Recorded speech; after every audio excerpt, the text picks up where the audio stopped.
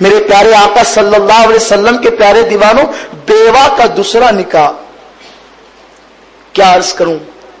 بیوہ کا دوسرا، ایک چھوٹا سوال ہے کہ بیوہ کا دوسرا نکاح ہونا چاہیے یا نہیں ہونا چاہیے۔ دیوبند سے ایک فتویٰ جاری ہوا تھا کہ جو بیوہ دوسرا نکاح نہیں کرتی وہ اسلام سے خارج ہو جاتی ہے۔ امام احمد رضا نے اس پر پورا رسالہ لکھ ڈالا کہ بیوہ کا دوسرا نکاح کی حیثیت کیا ہے، اور اس کے بعد خدا کی قسم علم کا وہ دریا بہایا ہے کہ پڑھنے سے تعلق رکھتا ہے۔ اٹھائیے امام احمد رضا کو، پڑھیے، آپ ان کی کتابوں کو پڑھیے، آپ کو پتا چلے گا امام احمد رضا نے وہ دلائل پیش کی احادیث سے۔ پہلے تو پیش فرمایا کہ بیوہ کو نکاح کرنا چاہیے، اور اس کے بعد جو پھر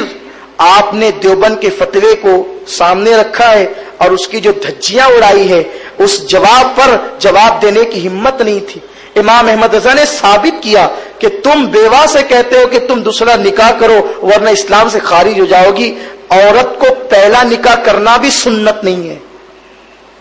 عورت کو، یہ تو سنت مرد کے لیے ہے، عورت کے لیے پہلا نکاح بھی سنت نہیں ہے عام حالات میں۔ اب اور اس پر جو دلیلیں دی امام احمد رضا نے، ایک دلیل پیش کرتا ہوں۔ فرماتے ہیں کہ حدیث پاک، بور تو نہیں ہو رہے نا، عنوان بہت خشک ہے، اس کی وجہ یہ ہے کہ اگر میں عشق رسول پر بولتا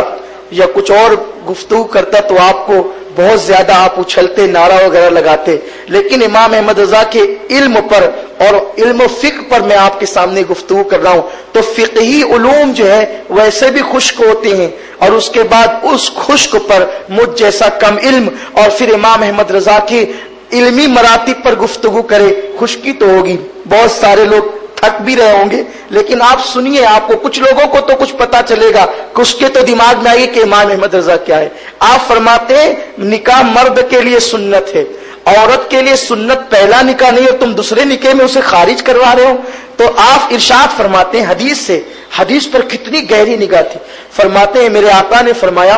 کہ ایک عورت جو ہے اس کا شوہر کا اس پر اتنا حق ہے کہ اگر شوہر کے بدن میں پھوڑے اور پھنسیاں نکل آئیں اور عورت اس سے پیپ بہنے لگے اور عورت زبان سے چاٹ کر صاف کرے تو بھی وہ اپنے شوہر کا حق ادا نہیں کر سکتی۔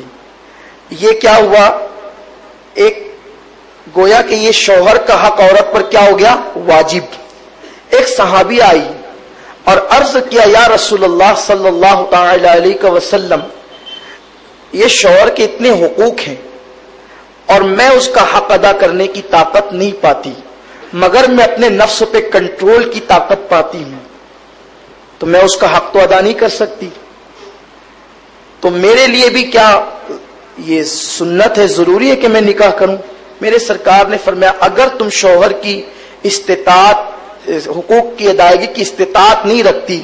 تو تمہارے لیے نکاح جو ہے وہ ضروری نہیں ہے، تم نکاح نہ کرو یا کرو، اس کا تم پر کوئی جو ہے وہ مواخذہ نہیں، تمہیں اجازت دی جاتی، چاہو تو کرو چاہے تو نہ کرو۔ اب مجھے بتائیں امام اہل سنت نے اس حدیث سے جو مسئلہ خش کیا، ارشاد فرماتے ہیں جب سنت اور واجب یا مباح اور واجب جب دونوں آپس میں ٹکرائیں، ایک کام جائز ہے اور ایک کام واجب ہے، سمجھ میں آ رہی بات، ایک کام جائز ہے ایک کام واجب ہے، تو جو کام جائز ہے اس کے کرنے سے اگر واجب چھوٹتا ہے تو انسان پہ زور نہیں ڈالا جائے گا کہ تو وہ جائز کام کر۔ تو آپ نے اس حدیث مبارکہ سے ثابت فرمایا کہ جب حدیث یہ بتا رہی ہے کہ عورت پر پہلا ہی نکاح سنت نہیں تو تم دوسرا نکاح پر اسے خارج کیوں کر رہے ہو کہ اگر بیوہ دوسرا نکاح نہیں کرے گی تو اسلام سے خارج ہو جائے گی۔ اس طرح امام احمد رضا نے انہیں مجبور کیا کہ وہ اپنا فتویٰ واپس لے، اور دنیا نے دیکھا کہ وہ اپنے فتوے سے رجوع کرنے پہ مجبور ہوئے اور وہی کہا جو امام احمد رضا نے فرمایا۔ اور امام احمد رضا نے پھر احادیث سے ثابت کیا کہ اللہ کے رسول صلی اللہ علیہ وسلم کی یہ احادیث بھی موجود ہے۔ میرے سرکار نے فرمایا کہ اگر کوئی بیوہ اس بیوہ عورت کے چھوٹے چھوٹے بچے ہوں اور وہ چھوٹے بچوں کی بنیاد پر اپنے آپ کو نکاح سے روکے رکھے اور ان کی اچھے سے پرورش کرے اور اپنی پاک دامنی کی حفاظت کرے تو آقا فرماتے ہیں وہ بیوہ اور میں جنت میں اتنے قریب ہوں گے جیسے 2 انگلیاں قریب ہیں۔ اور پھر اس کے بعد آخر میں یہ بھی فرماتے ہیں مگر دور پرفتن ہے، اگر عورت اپنے نفس کی حفاظت نہیں کر سکتی تو اسے چاہیے کہ وہ